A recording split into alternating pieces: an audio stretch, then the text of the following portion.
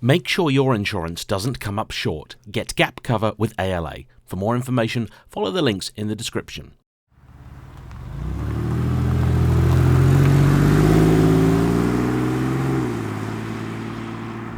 Hello everybody.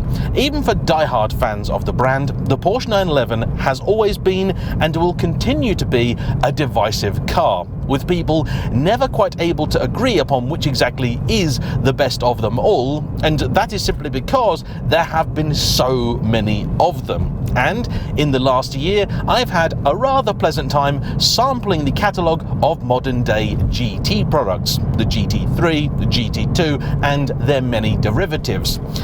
And I've got to say, that's been a rather enjoyable task, for these are some of the greatest driver's cars ever constructed. Yet, when Phil got in touch and said to me, "James, you've driven the best, now how about a go in the worst 911 ever made?" Of course, I had to say yes. So, what does he think it is? Why do I think he's wrong? And, regardless, is it a car actually worth buying? All this and more in today's episode of JayEmm on Cars.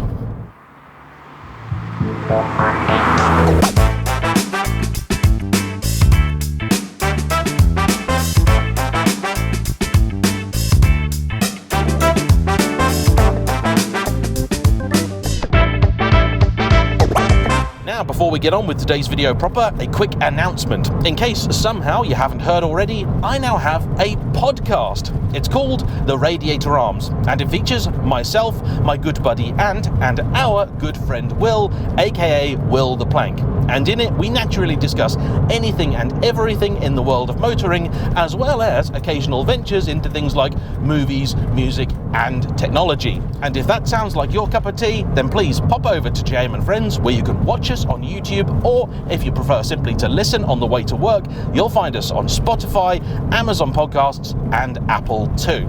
It releases at 7 o'clock every Monday morning, and we'd love to see you there. And so, on to business.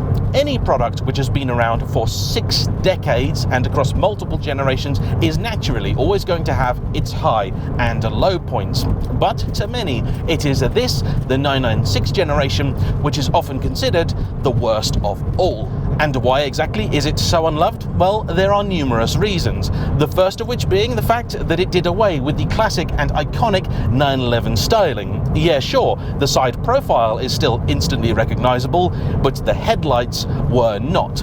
For the first generation of 996, introduced in 1997, they debuted a style that later became known as the fried egg, which this later facelift car does not have. It instead has a slightly more modern arrangement, though I have to admit that I actually think the earlier headlights do suit the shape of this Harmlage penned car a little bit better.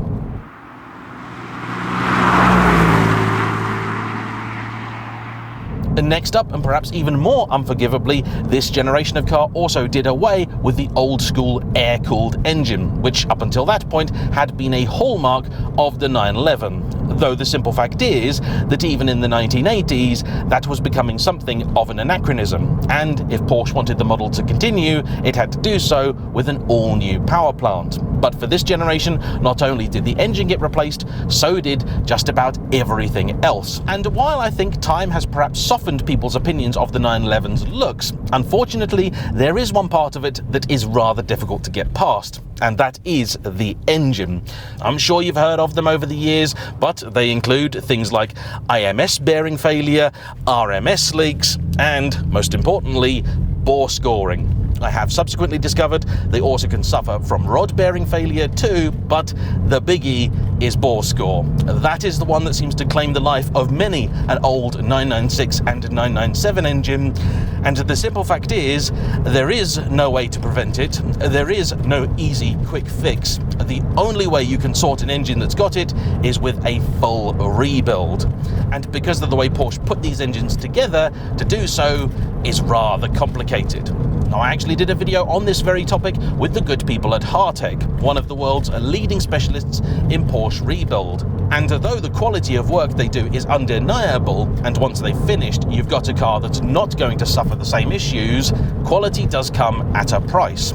To get a Hartec engine rebuild, realistically, you want to budget at least £15,000. And that may be one of the things keeping prices of the 996 relatively depressed, because today you can still pick up an example of a 996 for about £15,000. Some models are becoming a little more desirable than others, like the C4S, but others, meanwhile, continue to be a sports car bargain. And chief amongst them has to be cars like this, the plain old, humble 996 C4. And this particular example, I'm actually very, very happy to drive for a number of reasons. Because first off, it is a great example of what you might be looking at if you were to buy at the cheaper end of the 996 market. But it's also a fairly decent example in of itself, because this car has been owned by Phil since 2006. He bought it when it was just 3 years old, paid £46,000 for it, and though naturally over the years every now and again the thought has crossed his mind of changing it, the fact is, when he does come to sell it, he knows he's going to lose a lot of money. Like any good bloke, he doesn't want to do that, and he likes the car. Simple as that.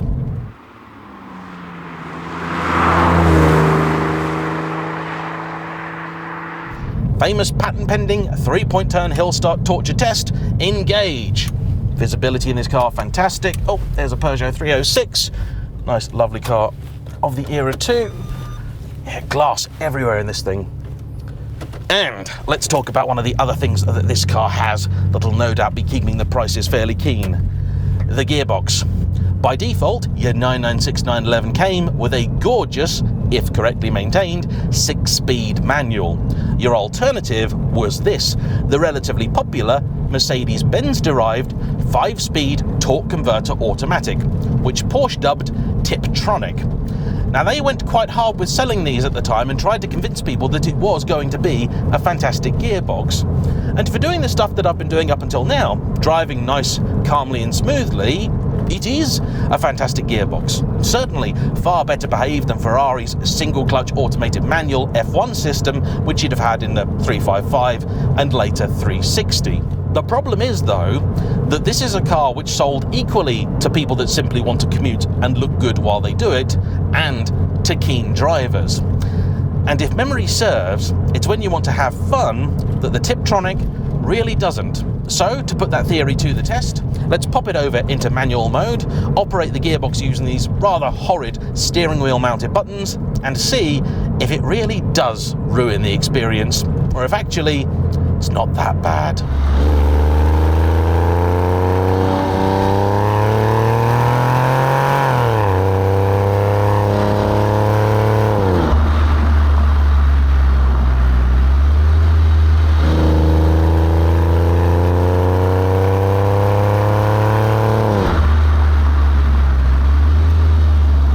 Yeah, very much of its time, this gearbox. Takes a long time to both respond and also to actually change the gear. It's smooth, I'll give it that, but enjoyable, no. And if I'm being entirely honest, I think it is this steering wheel mounted button which really does take away from some of the enjoyment. And to be honest with you, I was always shocked that not only did Porsche do this kind of setup, but they continued to do it for years after. It wasn't until you got into the 997 generation when you could then option paddles for the wheel. It's just daft. For a company with both a sports road and also racing car heritage, I really struggle to think how they ever thought this was a good idea. And it's worth pointing out, if you do want a spirited affair, but with the car changing gears itself, there is no easy way to get it to do that. The idea was it was a learning gearbox. It would watch what you were doing and then act appropriately. But there's a bit of a problem with that, because you see, what most people do is simply drive about normally, being sensible, minding their own business, sticking to the speed limit, and then, when they get on their favourite bit of road, they want to go for it. It's where the different modes of modern gearboxes make so much sense. In this, though, it just didn't. And just before somebody does point it out, I have driven these gearboxes before. I have driven cars a little like this before, and I've been told off by the comment section for getting it wrong. People have said to me, James, no, you need to reset the memory of the gearbox and then it will pay attention to what it is that you're doing. Well, I'm sorry, people of the internet, Tiptronic fans, both of you, I don't buy that. First off, why? Why would I have to wipe a gearbox's memory to get it to do what I want it to do? That's just daft. It's just nonsensical. Secondly, I'm sorry, it's just not that great a box. Allow me to demonstrate. Right, I'm in second now, and I'm just going to pin the throttle and see what happens. It goes into first, moves down the road, and then, as soon as I lift off, it wants to start going through the gears again. Oh, that change wasn't very nice, because as I was starting to accelerate, it changed up rather than down, and now it's already in fifth. Come on. And I'll give it some credit, it will get from fifth to second fairly briskly. I'll show you now. So let's get the car straightened out, and then clear bit of road, foot down, there's second. It does the business, but it's not a sports car gearbox really. At some point in time, Phil's car might have been worth as little as £10,000, perhaps potentially even less. But those days are gone. And though 10 grand 911s do still exist, they're not cars I would recommend anybody buy. However, there are a couple of things that make this still likely one of the cheapest cars out there. First off, the fact it's a C4, which people are generally indifferent to, though it isn't a cabriolet or a Targa. So I'd actually say that Phil was wrong. This was never the worst 911. That would have been a 996 cab. Not Targa, actually, I like the Targa, but the cab is not pretty, it's just heavy, loses a lot of rigidity, and to be honest, if you want a 996 or 997 cab, buy a Boxster. It's just better. And the other reason that this specific example wouldn't command too much money is the colour combination, which is silver over blue. It's an odd colour combo, you don't see it very often, and I've got a theory why this is frequently the colour you'll see on the cheapest 911s. It is because silver, as exterior colours go, is pretty safe, it's pretty boring, fairly dull. It's the colour of accountancy, and the sort of people that want a silver car are the sort of people that also want a nice, safe black interior, perhaps grey if they're feeling fruity. Blue interiors then, and this is fairly dark, those are for people that like lairier, more interesting setups, not quite as bold as say having it yellow or red in here, but it's still not black or grey. And those people don't want a silver car. However, this is not the silver that you see on the great majority of 996s. That's Arctic silver. This is polar silver, which you see on 993s a little more. It's a lighter shade, got quite a bit of blue in it, and it's very similar to, say, BMW's Silverstone blue. I like it a lot. And I do happen to like a lot of the rest of the car, because that gearbox, you know what? I can kind of ignore it. When I'm not going hell for leather, it doesn't really get in my way. But this car does have a couple of issues. It is clear to me that it has been very well cared for, very well looked after. It has been garaged just about every winter of its life, and save for a few random things that will happen to any car you own for nearly 2 decades, like a neighbour's tree falling on it, it's been pretty well behaved. It had its IMS done by Neinmeister about a decade ago, and thus far the engine shows no signs of the fearsome bore scoring, which may at some point rear its head, but perhaps not for another 100,000 miles. And Phil has taken with this the correct approach of just not thinking about it, or going looking for it, because the reality was, if he knew that the engine had it, there's nothing he could really do about it. His plan is to wait until it's a problem, then take it to Hartech and get it upgraded. That's sensible. Though for the keener driver, I actually tend to prefer the early 3.4 litre cars. They are very basic, don't even have a glove box. But because of this, they are significantly lighter. Some of them weigh as little as 1,350 kilos. That's impressive. That, for reference, is lighter than a 360 Challenge Stradale. This, though, by the time you've put in the all-wheel drive system and all of the creature comforts the car got when it was facelifted, and on top of that optional extras that this one has, like for example the electric memory seats, the Bose stereo, the cruise control, which was actually retrofitted and not anywhere near as easy as he thought to do, and these will tip the scales at about 1.5 tons, meaning that in reality they're not that much quicker, if anything, than the earlier cars. But the big problem I've got with this car right now, it's the suspension. The steering is beautiful. The brakes are pretty decent too. Classic 996, they take a lot more shove than you think that they should, but that's just how they're set up. It's not a fault, it's a feature. The steering, beautiful, light, incredibly communicative, and it means that even today, when it's just 2 degrees outside, I've got total confidence in the car. And this is a scenario in which I'm very glad that it is an all-wheel drive model. But this suspension, it's so stiff that I had to stop and check that it wasn't equipped with the sports setup, which Porsche types know as MO30. But this car apparently doesn't have it. And I'm shocked because this thing has been constantly fidgety.